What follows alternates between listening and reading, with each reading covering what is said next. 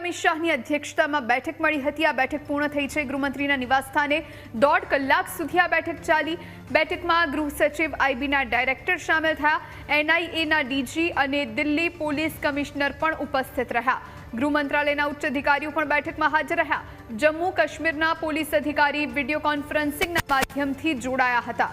તો સતત ગૃહમંત્રી અમિત શાહ બેઠકોનો દોર કરી રહ્યા છે। તેમના નિવાસસ્થાને એક બેઠક યોજાઈ હતી અને જેમાં તમામ મોટા અધિકારીઓ ઉપસ્થિત રહ્યા હતા। ગૃહ મંત્રાલયના ઉચ્ચ અધિકારીઓ પણ બેઠકમાં હાજર રહ્યા હતા અને જે બ્લાસ્ટની ઘટના બની છે તેને લઈ અને ઝીણવટભરી તપાસ કરવામાં આવી છે। ક્યાંય કોઈ ચૂક ન રહી જાય એનું ખાસ ધ્યાન રાખવામાં આવી રહ્યું છે। તમામ પાસાઓ, તમામ એંગલની તપાસ કરવામાં આવી છે। ગઈકાલે પણ જ્યારે બ્લાસ્ટ થયો ત્યારે ખુદ ગૃહમંત્રી અમિત શાહ જેઓ હોસ્પિટલ પહોંચ્યા હતા, ઈજાગ્રસ્તોની સાથે તેમણે વાતચીત કરી હતી, તેમના ખબરઅંતર પૂછ્યા હતા અને ત્યારબાદ તેઓ ઘટના સ્થળ પર પણ ગયા હતા અને ત્યારે જ તેમણે સ્પષ્ટપણે કહ્યું હતું કે તમામ એંગલથી તપાસ કરવામાં આવશે।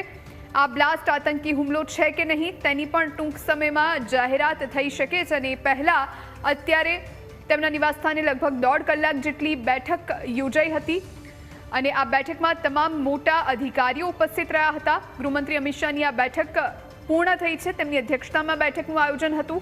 ગૃહમંત્રીના નિવાસસ્થાને લગભગ 1.5 કલાક સુધી આ બેઠક ચાલી છે। બેઠકમાં ગૃહ સચિવ આઈબીના ડાયરેક્ટર પણ સામેલ થયા હતા।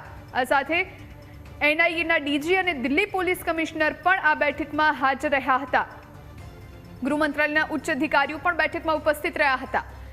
એટલે તમામ મોટી એજન્સીઓ સાથે પણ સતત સંપર્કમાં અમિત શાહ અને તમામ રીતે તપાસ કરવામાં આવશે।